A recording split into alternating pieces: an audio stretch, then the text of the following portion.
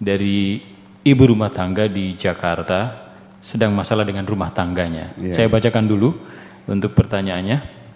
Assalamualaikum Bu ya. Waalaikumsalam. Bagaimana cara menyikapi seorang suami yang masih selalu menjalin komunikasi kemesraan? Siapa? Menjalin kemesraan seorang suami yang masih komunikasi mengatakan aku rindu dan aku cinta padamu dengan mantan teman hidup bersamanya dulu tanpa ikatan pernikahan. Sehingga hal itu membuat kami selalu berselisih paham karena menurut saya tidak wajar sekalipun hanya melalui media sosial. Bukankah seharusnya masa lalu adalah masa lalu yang tak perlu lagi diungkit-ungkit dan jadi alasan apapun sehingga membuat suasana jadi tidak nyaman. Jika sang istri meminta untuk tidak meladeni wanita itu lagi, suami jadi marah sampai mengungkit-ungkit bahwa saya berhutang nyawa kepada suami. Sampai mengatakan, untung segitu juga kamu saya nikahi.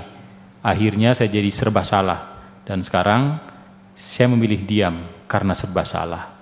Menyikapi ini bagaimana Bu ya? Iya makanya ya dari awalnya kita nggak bisa mencari solusi ya sejak awal. Ini begini hubungan suami istri ini, ada penurunan kualitas berkomunikasi ya. Ketika kita baru menikah masih pengantin baru, kalimatnya mesra, indah, sayangku, manggilnya AA ya, ya kan gitu. Kalau manggil sini senok lah, di situ panggilnya senok katanya seperti ini. Seperti itu, aku rindu kepadamu ya.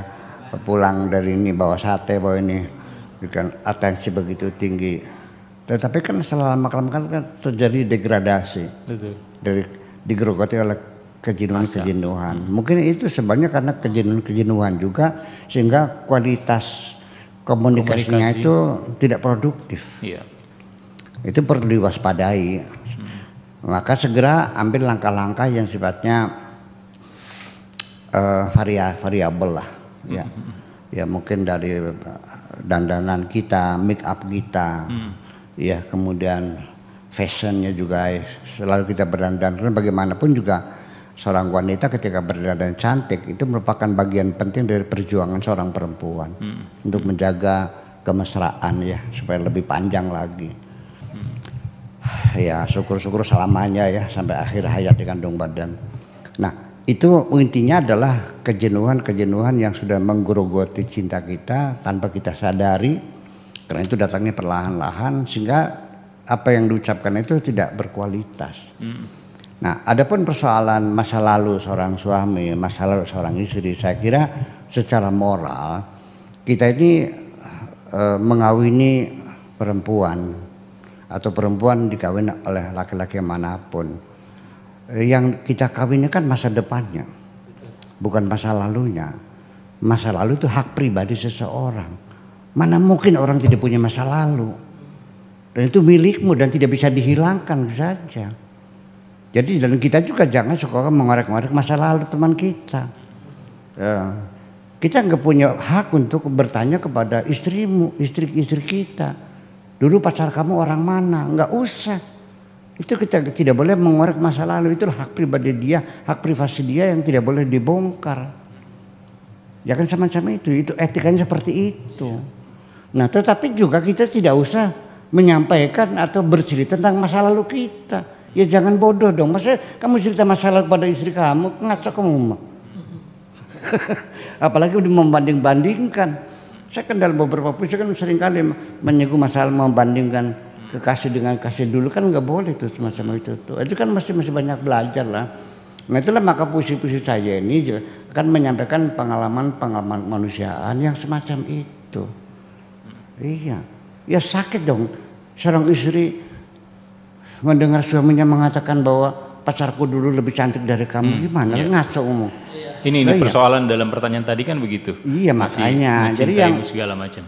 Seorang istri ya tidak punya hak untuk mengorek-ngorek masa lalu suami, kan itu adalah milik pribadi suamimu. Tetapi sang suami juga tidak bijak untuk bercerita hal semacam itu. Atau bahkan kalau dalam pertanyaan tadi suami sedang mengangkat hubungan masa lalu menjadi masalah dalam keluarga itu. Ya apalagi. Iya. Jadi kalau saya kan begini ya. Jadi pengkhianatan itu bukan pengkhianatan secara fisik saja, pengkhianatan dalam imajinasi. Iya. Ya, artinya kan bisa saja seorang suami fisiknya meluk istrinya, tapi pikirannya kan kepada pacar yang dulu. Itu kan pengkhianatan juga. Itu kan pengkhianatan juga. Itu dosa. Rumput tetangga lebih hijau. Ya itu dosa. Dosa hati, memang dosa hati. Semua dosa, apakah yang melakukan itu tanganmu, apa mulutmu, apakah itu semuanya dosa hati. Karena tanganmu, kakimu, semuanya itu adalah serdadu-serdadu. Yang jadi komandan adalah hatimu. Jadi yang bersalah siapa? Yang melakukan instruksi. Itu dosa hati, sama saja kan gitu. Allah tahu kok. Makanya untuk dalam tasawuf itu kan muraqabah itu bukan sekedar kita sadar bahwa apa yang kita lakukan dikontrol oleh Allah, sampai hati kita sendiri juga dikontrol oleh Allah, bahwa hatimu diajak berselancar kemana. Ya ternyata semalam suntuk hatimu kau berselancar ke situs-situs yang gak jelas. Oke, makasih.